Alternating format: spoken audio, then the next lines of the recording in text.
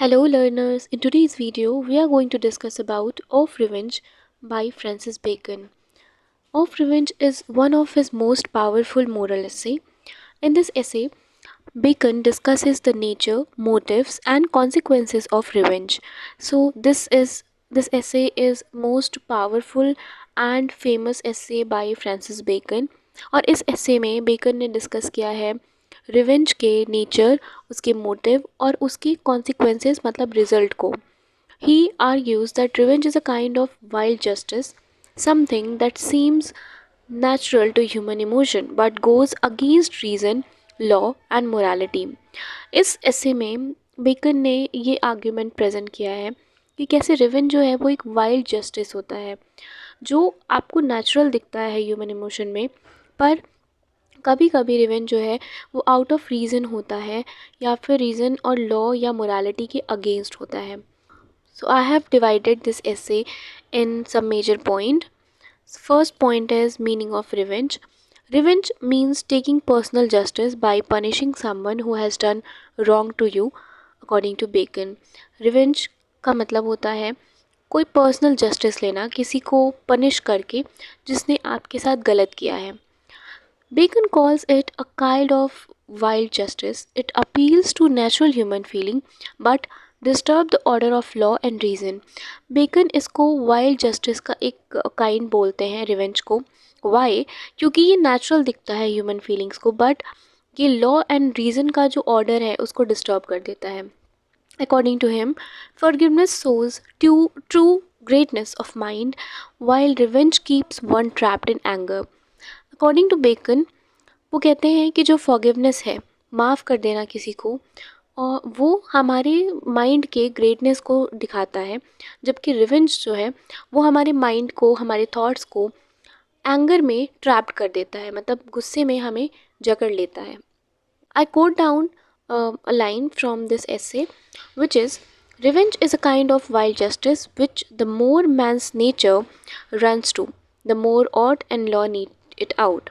This means that because revenge comes from human passion, laws are made to control it.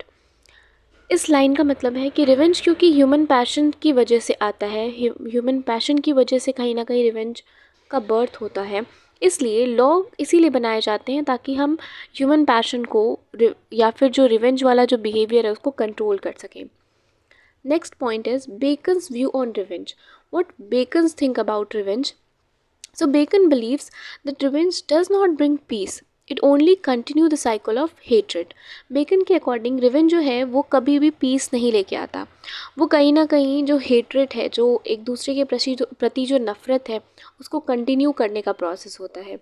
A wise person should rise above personal injuries and leave justice to the law or to the God. Bacon के according जो wise person होता है, जो समझदार इंसान होगा, वो personal injuries, जो पर्सनल लॉस हुए होंगे किसी की वजह से, उससे ऊपर उठेगा, उसको माफ़ करेगा और जो जस्टिस है, ठीक है, उसको या तो लॉ पे या फिर भगवान के ऊपर छोड़ देगा. He suggest that forgiveness is a sign of strength not weakness. और बेकन के अकॉर्डिंग माफ़ करना स्ट्रेंथ का साइन है, वीकनेस का नहीं. He also quote the most tolerable sort of revenge is for those wrongs which there is no law to remedy. Here, Bacon admits that in some rare cases, revenge might seem acceptable, but even then, it should be done calmly and with reason, not out of anger. तो ये कह रहे हैं कि कुछ cases में revenge acceptable हो सकता है, पर फिर भी आप अगर रिवेंज ले रहे हो उस केसेस में, फिर भी आपको आराम से रिवेंज लेना चाहिए, नॉर्मली बात करके चीज़ें सॉर्ट आउट करनी चाहिए, ना कि गुस्से की वजह से रिवेंज लेना चाहिए. Third point, moral argument against revenge.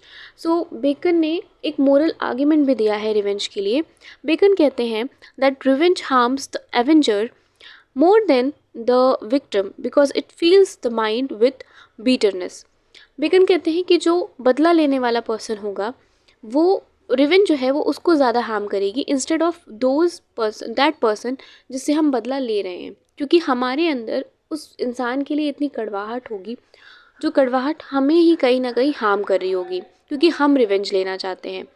It ties a person to his enemy because by seeking revenge you keep thinking of that of the wrong done to you. और ये हमको कहीं ना कहीं हमारे जो दुश्मन है जिससे हम रिवेंज लेना चाहते हैं उससे बांध के रखता है, क्योंकि हम उस चीज़ को, क्योंकि जो हमारे साथ गलत हुआ है उस चीज़ के बारे में कहीं ना कहीं सोचते रहते हैं।